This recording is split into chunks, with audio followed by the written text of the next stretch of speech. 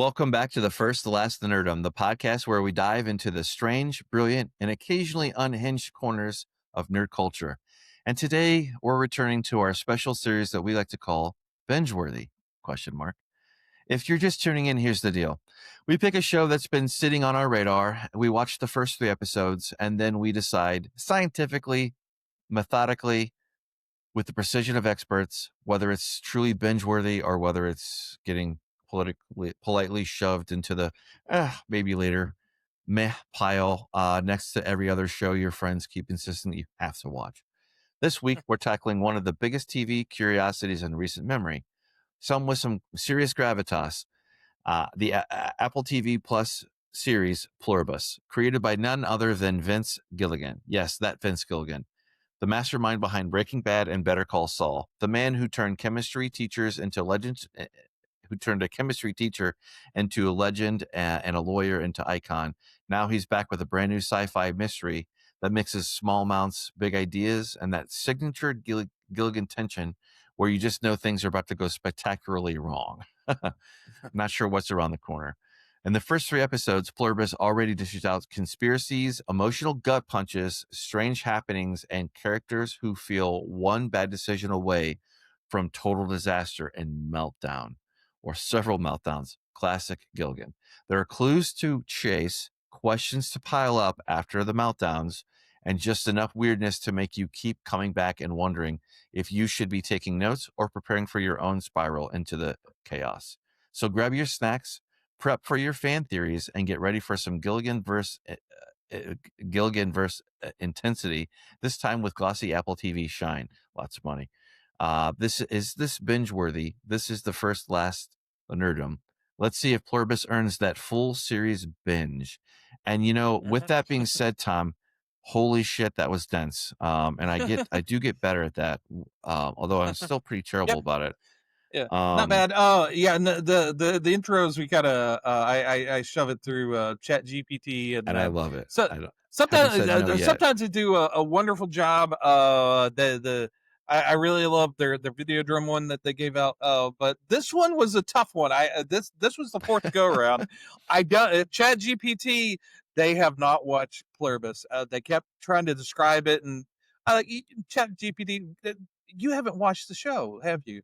And I thought maybe it was the way I was putting it in because the title has that 1 in it instead of the I. So I put it in that way. I was like, well, maybe he's getting confused on that. And then I spelled it the right way. And it seemed like it was finding the right show, but the way it was describing it as it just wasn't making any sense. And I finally put in Vince Gilligan and had them focus on him. And then we got a good intro. But I was thinking I was going to have to write this myself. And like, oh man, how lazy I am. And I don't want to do that.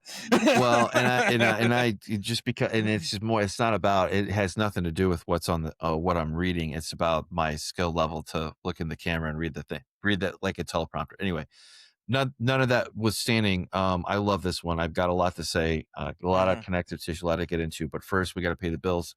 And what does that mean? We are FirstLastNerdom.com. Go to our website and you will see our last several videos, last 10 YouTube videos published on YouTube. Awesome stuff there. Go check out some things and there. And we caught up on the binge worthy here. I've been on the bench because I've been doing some other things too. But with that being said, I was gonna say, go ahead, Tom. Oh, I was going to say, since you're here, the audience is here for Pluribus. They're sort of the audience that enjoys Criterion, I'm sure. Apple TV people kind of probably go hand in hand with Criterion, and we're experiencing our Criterion month because they're running a sale on Barnes & Noble's of 50% off Criterion. So we've been handpicking some of our interesting Criterion movies. We just did Videodrome, we did Repo Man, and we did Brazil. So yeah, if you're that kind of tickles your fancy, check out one of those. I think we got one more in the tank for next week. Yep. Also, it's a HBO show, but The Chair Company is a newer show that you might want to check out as well.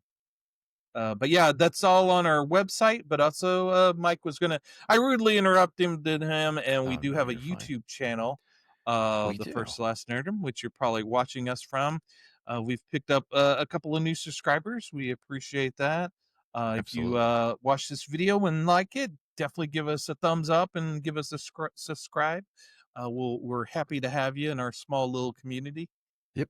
Yeah, we are growing every day. You can find out that also home base, like Tom was just saying, really is home base for Tom's latest picks, my latest picks, or mutual picks together as we do this thing called First Last Nerdom. There's a last couple there. Those will be in the show notes. But you also have a presence on Reddit. And Tom, he gets knocked down and he gets back up again every single time. You bastards, you dick bag bastards. Stop banning, stop deleting. We want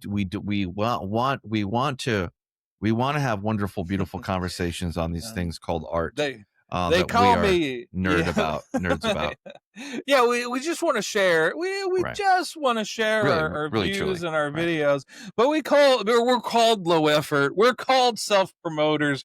We're called the guys that aren't very creative. But we're out there. We're taking the punches. We're getting out there. I'm finding Reddits that won't delete me, and I'm promoting. So if you came from Reddit, thanks for joining us, and I hope you enjoy us. If you do, stick around. Truly. If not, hey, you do you, boo. All right, so I'm on Reddit under FirstLastNerdom, so check me out there. But if you want to consistently see me post, I'm on X, and I promote our latest and greatest video. I also post about interesting little things in the nerdverse. And Mike has some socials, and I'll let him take over while I take a sip of my cool drink. Yeah, I didn't mention that. I will at some point between now and the new year. I will be redoing my presence online for this ApeIt thing. But with that being said, that you can also catch me and Tom on the thing. Definitely more in the future, like more of like a community centered approach to kind of find those conversations and maybe insert ourselves into them, or find them and have try to cultivate that actively in 2026. But with that, Mike's ML's more of a social guy. He gets in there and interacts with people. I'm more of a hermit type. I rarely get when I was younger, I'd get up and mix it up with people, but yeah, you really have to track me down to engage with me. But with that being said, this week we're doing Pluribus, as Tom said. So I've got a lot of thoughts here. Like first off, on the thing, I'm just gonna kind of get to the heart of it, and then we can start and going in from there, because I do want to do a good enough job here to kind of at least read the brochure, right? So this is the you can kind of tell this kind of sad ugly bag of mostly water, sad sack character Carol, who's just miserable. This thing happens in Earth, and this message from the stars comes in. We decode it, and oh, by the way, the humans, the raccoons that are, we like to think of ourselves as very creative, very wily, very decisive. We can be warriors, we can be intellectuals, we can be all these things, but apparently we were so stupid in her universe to go ahead and follow the directions that the aliens sent us and not question it whatsoever. Anyway, so skating past that, I think once you get the message, it just kind of overwhelms you. You don't have a choice in the matter. Well, and that kind of just goes to the brute force nature of what it is too, which I love, by the way. But this classic kind of setup of like, we take this, decode this message, we apply this message in reality, things happen, and then all of a sudden humanity essentially overnight is turned into this collective thing, except for these 11 people or 12 people, whatever number, doesn't matter. One of them is Carol. Didn't get with the program yet. Right. One of them is Carol, because for whatever reason, it's biologically spread, by the way, which is, we're going into like learning. And that's the beautiful thing. I love this. When you're dropped into this world, you're only given so many answers and then it stops. And then the thing that I love about it too, which I love it, it's just like I love it with Vince, and it just proves why he's a fucking genius. He is he knows how to zoom in and zoom out on the he knows when to go back to the big main storyline and start asking these questions that naturally, and when he does refocus, you're already with the character, this miserable Carol, who is really she's very much a human being, for sure. And like there's the anyway, before I hand it back off to you, Tom, I just want to say this reminded me so much of Omega Man and Pod People, which they directly reference, which there's a Heinlein thing in there, but there's also this actually is a little bit more closer to the book version of I Am Legend. I think in the refinement of what is science fiction. But yeah, I'll hand it back to you. What do you think, sir? You picked it this week, which again, your picks are always excellent, and they continue to be. So thank you. Yeah, I Am Legend by the legendary Richard Matheson. But yeah, so and Invasion of the Body Snatchers. That's very much baked into this DNA. Yeah, Vince Gilligan, coming off of both Breaking Bad and Better Call Saul, he was tired of the anti-hero, the bad guy, so he wanted to write about maybe not a bad guy per se, but a good person, maybe at the core, who wants to save humanity, and he landed upon this. Pluribus is a star role for Rhea Seahorn, which she had a great role in Better Call Saul, and I really enjoy how this show starts out with the scientist guys that have the satellites beamed out into the deep space, and they're picking up that message from the aliens. I it was kind of classic Gilligan with them getting that and kind of trying to decipher it and kind of break it down, and that whole little the whole little episode with that, and then the little vignettes about them the message breaking out and spreading among the humans, and a very very kind of creepy, and where where they would either kiss or carry the where that DNA stuff between each other to send the message to bring them over to their side, and then them snapping over. Very much Invasion of the Vice Snatchers. That's sort of like it's very visceral of you know them against you, kind of nature, that paranoia of things, and then so you get a sense of what's going on, and then you click over to Hellacious framing. yeah. Absolutely. Hellacious framing. Yeah. And then you click over to Carol, who's a romance novelist, fantasy romance novelist that maybe at odds with her audience, as she maybe looks down upon them a little bit. She's not the clear good person that you would normally assume with the lead character. She definitely has her faults. She's very human. I kind of took her as kind of minor league author, kind of like not necessarily like big huge leagues. Big within her world. She's right, not like exactly right not a Grisham or a King. No, but enough to make a very comfortable lifestyle and have a very comfortable family lifestyle because of her partner that we're greeted with when we meet. It is slow rolling too, by the way.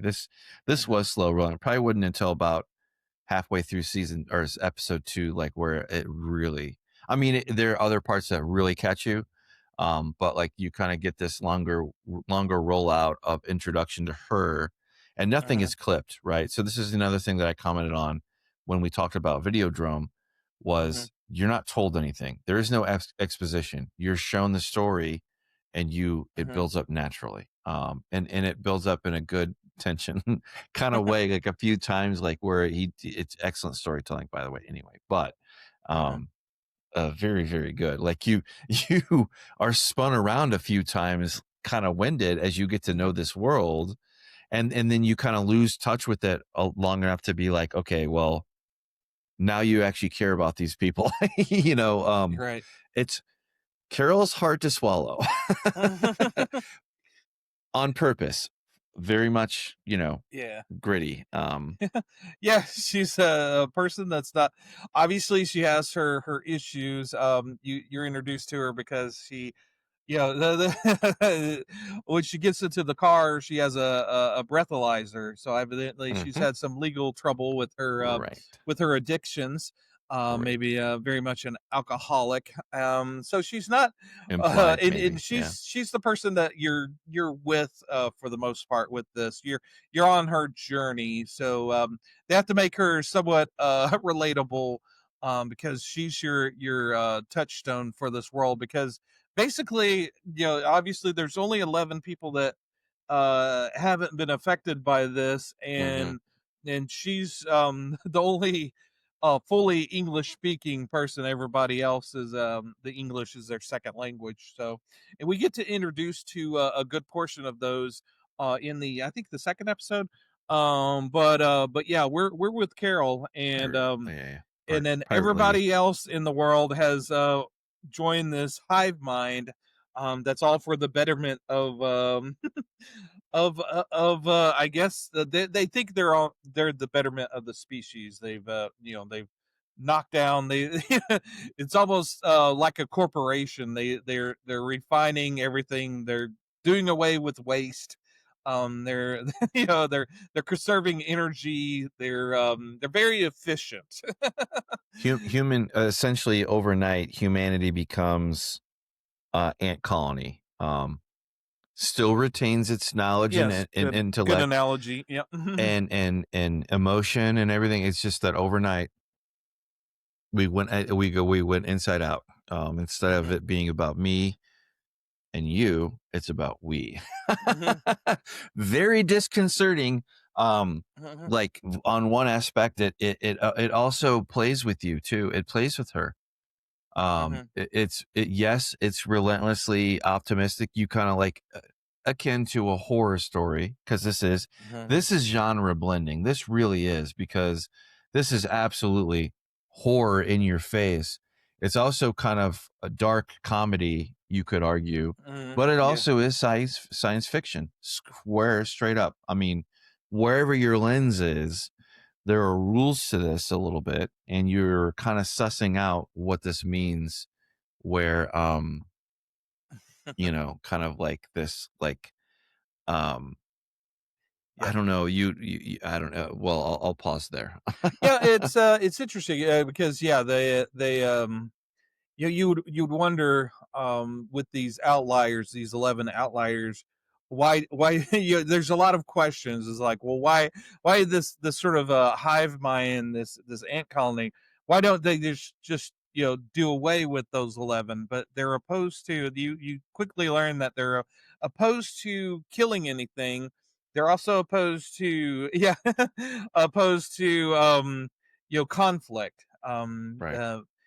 Carol yells at them, and they kind of break down for a little bit. So yeah, there's a big mystery as to what the hive mind is, what its purpose is, Hmm. and it's kind of Carol's takes on the role of trying to figure out, because she quickly learns that the other that most of the other ones that haven't been affected by it are pretty much okay with what's going on. They're kind of one guy's really enjoying it. He's the king of the world, because because they want to please them. They're working on a way to assimilate those other 11, but in the meantime, they're going to try to keep them happy, and whatever they ask for, they're going to provide without question. Um, Right. and Carol's trying to poke holes into that, trying to test the corners, and she's kind of overwhelmed to start with, but then she kind of puts on her big girl panties and decides, okay, I'm going to try to figure this out. I'm going to Right. see what I can do to kind of break this down and save humanity. It's very interesting. I'm kind of curious, because after the first two episodes, I'm like, where is this going? How long is this going to Right. last? How long, because you don't want to really stretch out the story till it snaps. But with Vince Gilligan, you he's very good with surprise turns, surprise twist to things. So I keep waiting for a big twist to happen. Nothing out of the ordinary has happened so far, but yeah, a lot of times he waits for like the end of the season to really wallop you over the head with something. As Breaking Bad is very much a template for that, Well, as well as Better Call Saul. there also the way that it is so perfectly done, the way that the tension is building with the collective hive mind, which is practically waits on these individuals hand and foot, in observance of their individuality, to take care of Mm-hmm. them. And it's just such a like it's kind of like we're now like by the time you get to episode 4, really, and I'm halfway through it, almost mostly through it, but there's where that tension builds, and you're actually starting to see like, okay, you like not to call it out too much, but and this will be spoilery, we've been talking about this long enough, but the tension that is building to where the certain answers that she's getting back because she's using her noodle instead of like just like um uh you know just kind of raging, and there's also kind of like this thing there too with the emotion too, like the numbers that Mm-hmm. they've talked about on the like 800 million people died, like with this when Mm-hmm. this thing hit full force, when it Mm-hmm. accelerated its takeover of humanity. Mm-hmm. And there's that really dark undercurrent, like where they don't shy away from it, but they don't spend too much time. And then it's just kind of like where some of the other individuals are also kind of really really dim-witted, or they're purposely refusing to not see reality, right? So Yeah, and yeah. and In and a Carol, classic science fiction trope would yeah. be all of those guys, all of those 11 would band together to fight this. But yeah, it's very interesting, very human for most of them not to care. Well, they've been directly harmed and they know Hmm. that, but they purposely refuse to question things. So it's funny because there's like a really tense scene where there's a mother and she still Hmm. has her kid and her husband and thing, but the collective thing, so she doesn't view that she's lost them. In reality she Yeah, they're has. still there with Eh, them, with right. her, and she doesn't really want to fight against that. She doesn't want to acknowledge reality, and Carol Hmm. kind of punches her in the face and says, no, you got to deal with this reality because and makes it very clear, which Yeah, she makes it. starts to talk about about surgery with her son, with the lady's son, and Yep. makes her realize, okay, this Yeah. isn't really my son anymore. Well, and it's kind of funny because Carol has a natural independence about her, and she kind Hmm. of has she's very pugilistic. Hmm. she's yes, she's a lover, but she's more of a fighter. And all we're getting is kind of like her kind of coming to grips with like this the fighting this opponent, and these other dum dums don't seem to understand like what's going on, or like they've been very passive with it, and they do, but they do make a very valid point. Okay, well, all that's true, Carol, but the world's already changed. Yeah, would have been a little bit You more know, too on the nose to name her Karen. Yeah, it's just kind of got those some of those Karen vibes. She has the hair, but well, and they don't, and you know what though, that they don't shy away from that. hmm. They kind of show her as being very abrasive, or Hmm. or very Very much so. abrasive, or very selfish, very selfish. Like she is essentially she becomes the quintessential individual Hmm. versus the collective. So when you're already at that level, it kind of doesn't matter what obviously if you were a murderer we would Yeah, have different and feelings, but she's not, she is right. and she does care. She isn't. Yes, she's very abrasive, but she does show she does care.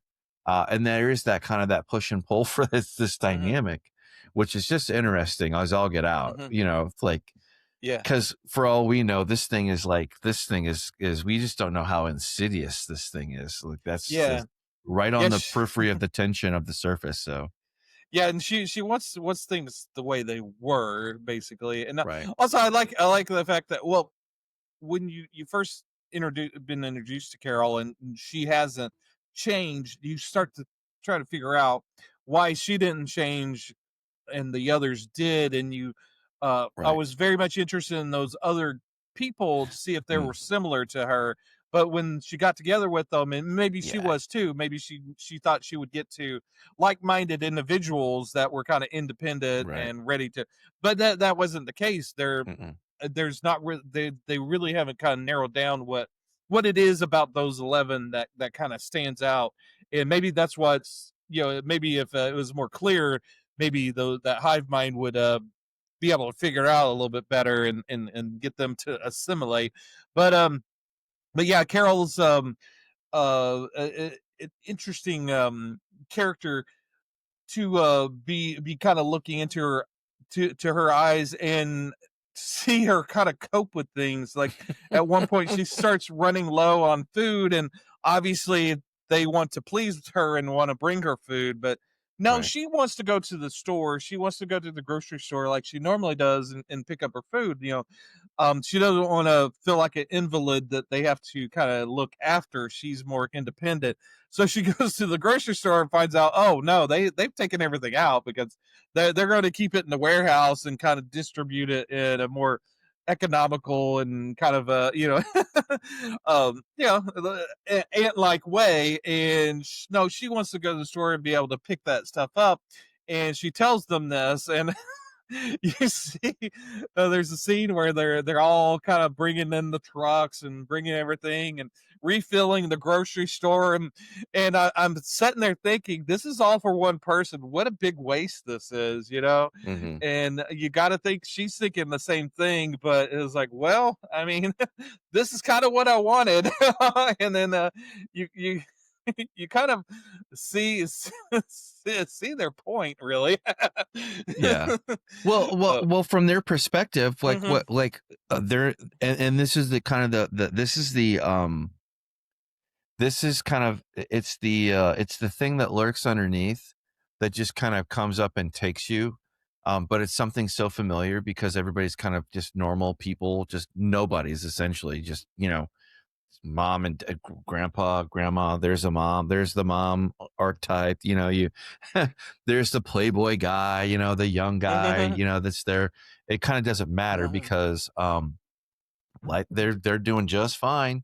And the thing I think that is interesting, and you can also kind of see them kind of work out the reality as they get to know, like they accuse Carol of not asking questions when in reality though, the opposite is true because they don't ask any of the questions whatsoever, period. The pertinent questions. Right. Like the split is the questions are about the emotions that they're talking about.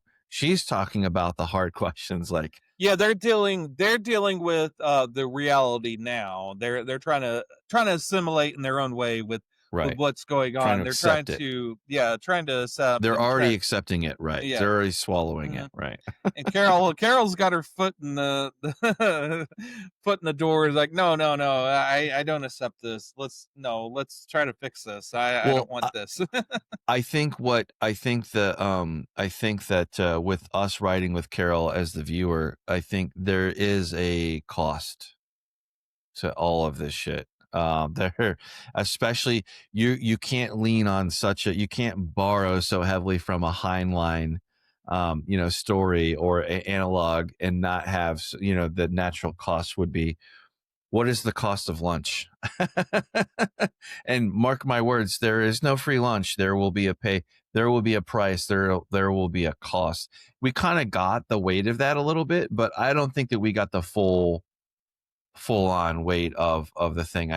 There's this kind of thing here, like where the thing of like where this hive mind, this they, right, the perfect they, is skittish about certain details, doesn't lie. We're told that it can't lie, but that's just not true. That's just not the case. Like it absolutely can lie. It just does it in ways that are like omission, things that it doesn't tell you, that you have to ask. And this is kind of the road that we're left on in 4, which makes you hungry for 5. And I think, I don't know how many, I think eight maybe I episodes think there'll be nine, total, but nine. 9. I was Okay, 9. looking Yeah, on Wikipedia. low numbers, but that's a good amount. And I think 2 seasons too. I think that this was fought over or bidded on, I think, and bought up by Apple TV in 2023, which we didn't really get into, but they're putting some serious money. I think each episode is about 15 million. Yeah, they like paid that. for they paid for 2 seasons. Yeah, that was one of the But it things looks beautiful, that by the way. That's the point of me bringing that up. Yeah, I ChatGPT spotted that too, and a lot of those intros they talked about how much money it was spent on it and how nice everything looks in the show. And then you may be kind of pondering, well, Vince Gilligan, he's known for Breaking Bad and Better Call Saul, sort of a kind of gritty noir kind of crime stories. Where's his roots of telling an interesting science fiction story? And I was kind of surprised, and I knew this, but then I forgot. He's one of the writers on the X-Files. He wrote on the X-Files, and he was the showrunner for The Lone Gunman, which I didn't know. So yeah, he does have definite roots in this. There's a classic sort of Twilight Zone vibe to this, expanding out from just Twilight Zone did single episode stories. So this is taking one of those kind of ideas that would be a classic Twilight Zone episode and expanding it out and exploring it and tugging and pulling at the story until it gets, a full story arc. And like you said, Apple did make an order of 2 seasons worth of this. There could be more. Depending on the success of it, but I'm sure they could, if they only have 2 seasons, I'm sure they could tell a satisfying story over that length of time with 9 episodes a season. That's a good amount. It is. A lot of times when you do 13 episodes, you run into having some filler, and definitely have fillers if you go 20. I did get some vibes of I don't know if you saw that HBO series, The Leftovers. That was one of my favorite shows on HBO. That is one that I have had on a list of lists, and I have not rotated through. But that will just make me want to be curious, because this is this natural. You kind of get a taste for End of the World. It's just like I say, it's the book version of. I mean, really, the perspectives that were being given. Unlike other things, like where it's outright evil, and it is the monster, kind of like what you were mentioning about with how Cronenberg did Videodrome. Like there is an evil there, but it's kind of it's you. I mean, it's directly accountable humanity to you in the system. Yeah, right? Yeah, right. the Leftovers. That's definitely one we'll have to pin mark for a future binge worthy.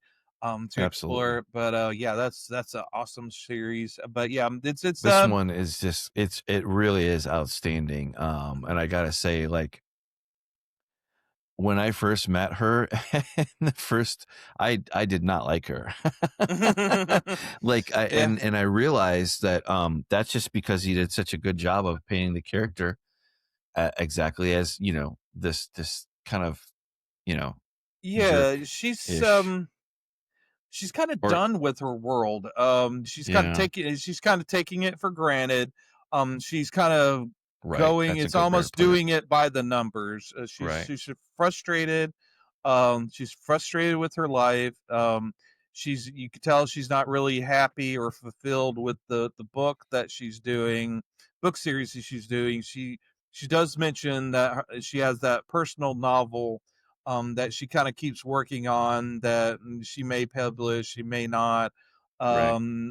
But she's got that self doubt. She's really, really in an unhappy place. So yeah, she is kind of an unpleasant woman because she's not pleasant with herself, and she's with her life partner there that's very supportive and very there for her. You kind of relate to her a little bit more because she is a nicer person. So yeah, it's kind of a shock when things happen and she gets knocked out of the running. And then it's kind of interesting.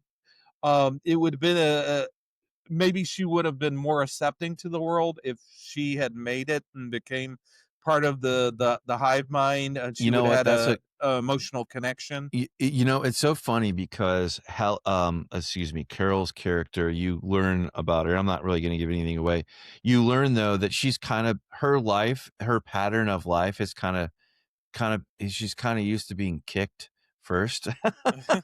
And she kind Yeah, of does get kicked I mean, when you kind of go back and look at it and yeah. how things happen, that is the She love gets of her kicked in the life metaphoric died. balls. Yeah. Yeah, died literally right before her eyes, and there's Mhm, nothing that she could do. And then because she mhm. does hang on to her for quite some time. You're right. Yeah. Yeah, not only And does she yeah, lose her partner, right. she loses the world. Yeah, no, she does. No, that's very true. Very Yeah, true. very traumatic, very traumatic, and it's very hard to portray that. And the actress that does this, Rhea, she's Yeah, wonderful Rhea. in this. Yeah, she was wonderful in Better Call Saul.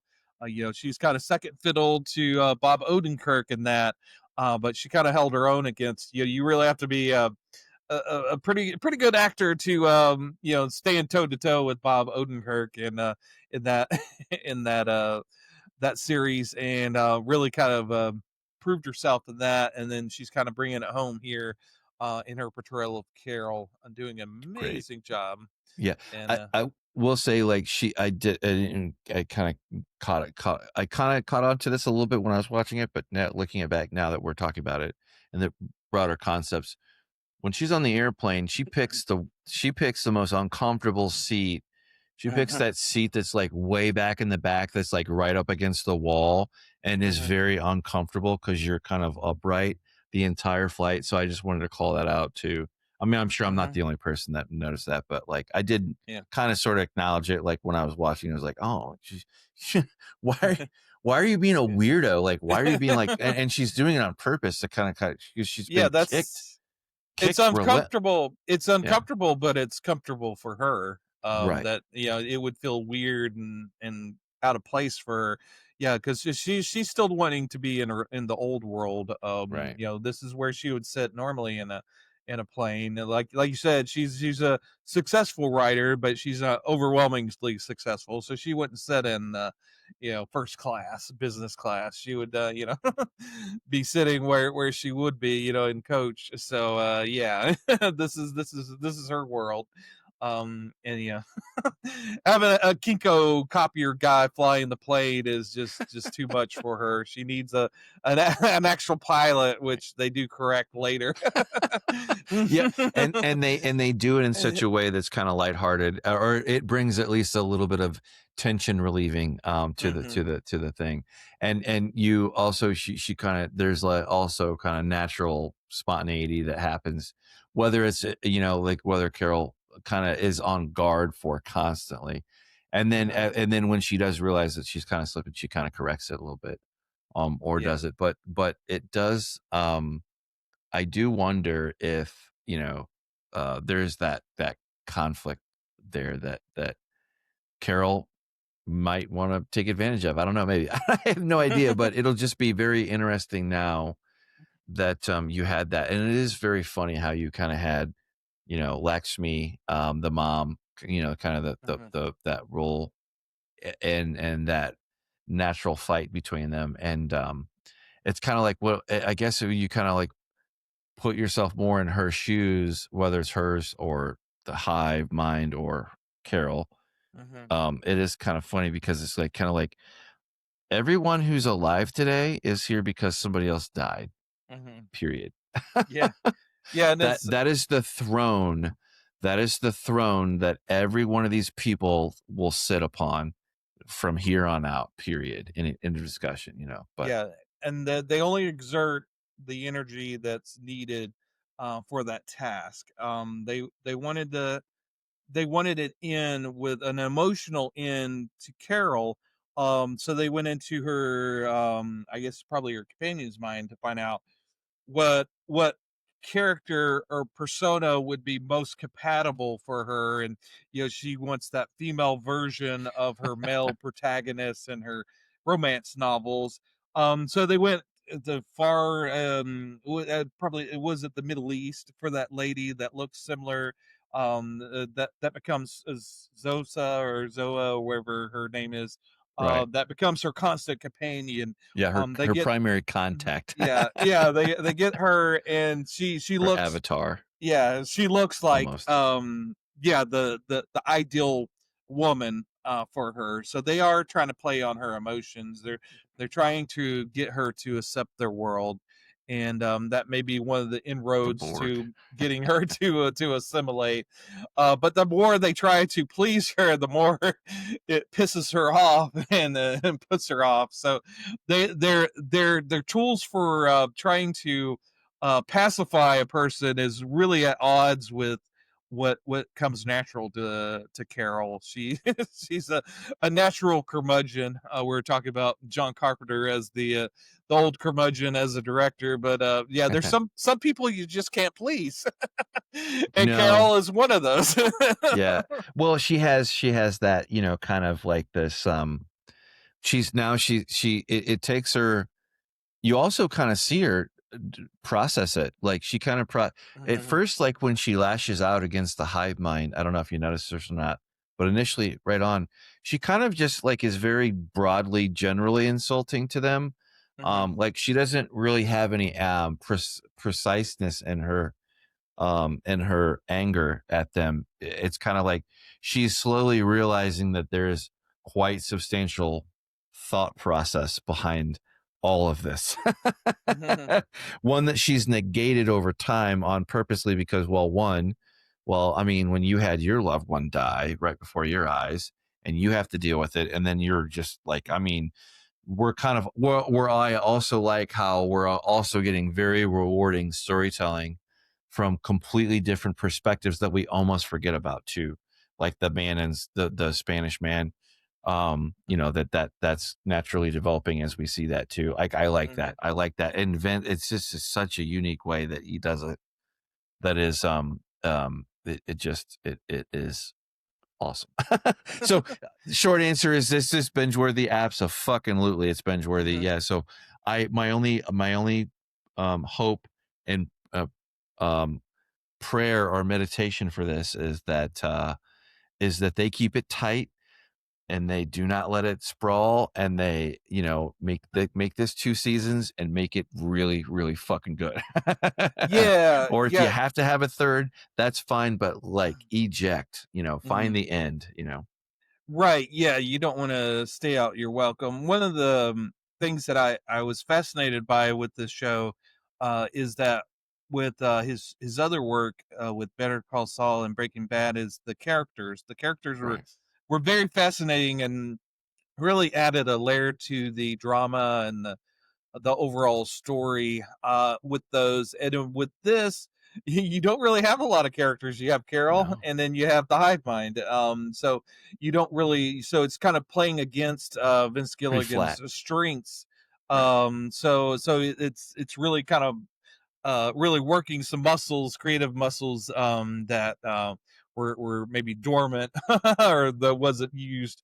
So you're dealing with bigger ideas with this, and so it'll be kind of fascinating because it's more plot driven, and as far as what Carol does to try to figure things out, and yeah, it'll be fascinating, and I don't see this story going on super long. Maybe that 2 or 3 seasons would be ideal, but again, one of the things that kind of kept Breaking Bad going and really inspired it and renewed it every season was the surprises and the quick shifts in the plot and the changes. So yeah, I'm sure Vince Gilligan has some stuff in his bag that he hasn't revealed yet that's going to wow us, especially I'm sure at the tail end of the season with the season finale. But yeah, I'm very, very fascinated.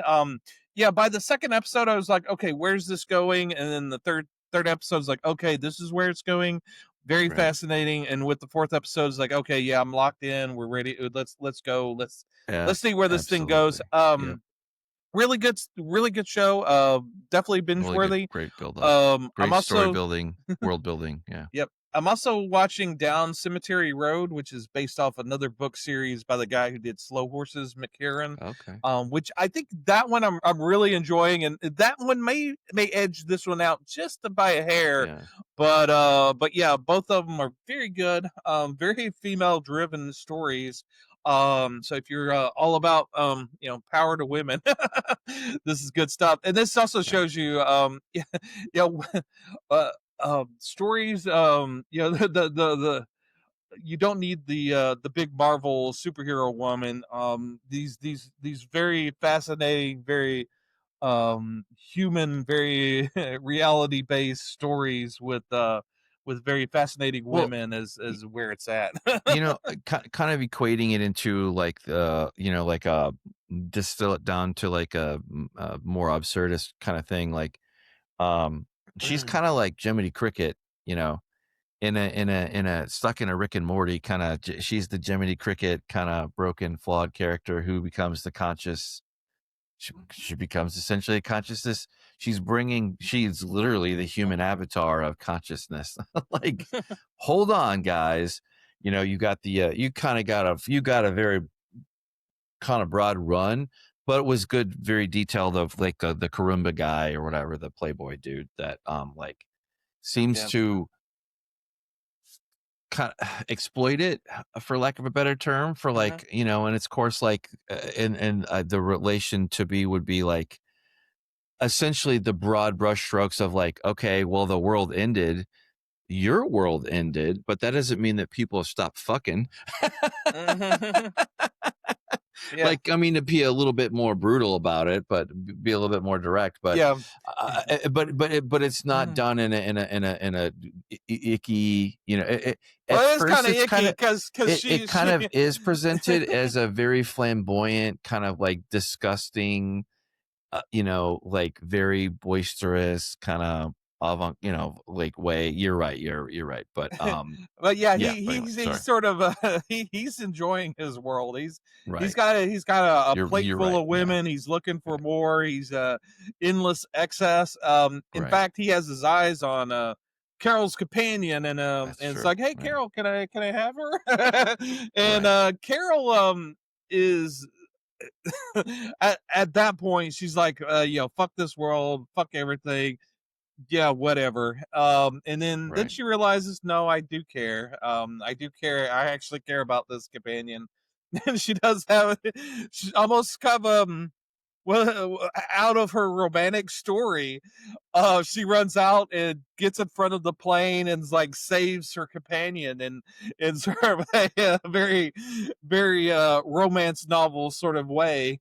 And yeah, she's almost living her fantasy as well in a kind of an odd sort of who hasn't had thoughts of especially when you're young, of the world going wrong and you're against the world, and you're out there to try to save the world, and she's put in that position, and she goes through the emotional rigmarole of I don't care. She go through the phases of grief.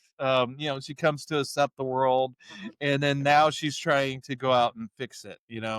Yeah, sorry. I should have said, like, the way that it's presented initially is very sleazy, and then when they put humanity on everyone here, like, and then they kind of go over it with a softer brush of like, hey, look, man, nobody's done anything untoward here, or what, is essentially like to kind of soften the thing. And for I don't give a fuck.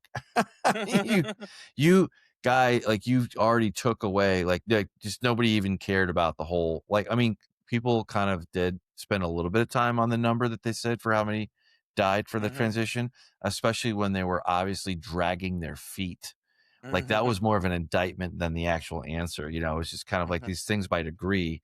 But again, when you're left to focus on that, it's just like kind of like who's the audience, those who remain. So if the only person in the room, if only one person out of 12 or 13 or 50 or 100, doesn't really matter. The number is only there. Does it matter? Is it gonna matter? You know, kind of like this thing of like, we're waiting for that other shoe to drop. And just like Carol, kind of like her life, because she's kind of used to getting kicked.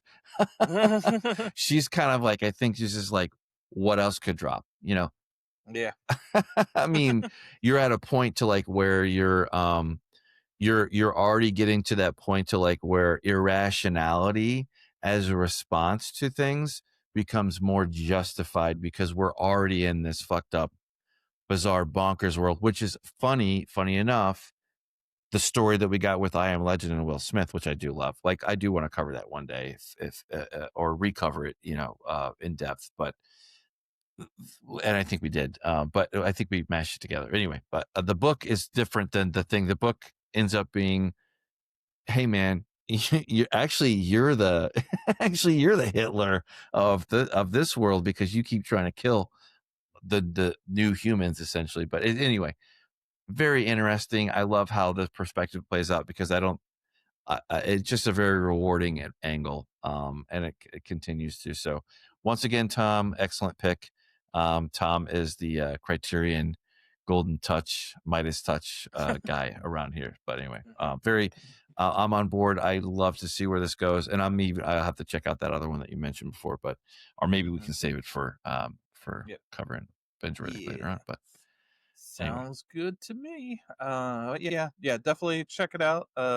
Especially if you like Vince Gilligan stuff. It's very good. Just Very because good. it's sci-fi, don't sleep on it. Definitely worth Well, and checking that's out. the beautiful part because you're watching it and you don't even know it, right? So like you already see what it is, but and it's already engaged. It's like Lost. Lost is very much sci-fi, but how many millions of people they didn't care. It was it's just a good story. That's the other thing too. Yep, and if you're wondering about the name of the show, Oh yeah. Pluribus, it's it comes from the unofficial motto of America, "E pluribus unum," the Latin phrase that means "out of many, one." So that's sort of sort of the play on that. I think they had a lot of different they kind of thought of a lot of different names for the for the show, and Right. that I think I, they had a list of some of the bad ones, but I lost that. So, but anyway, definitely check that out, and we are the last Nerdom. If you liked us, give us a like, and maybe think about subscribing.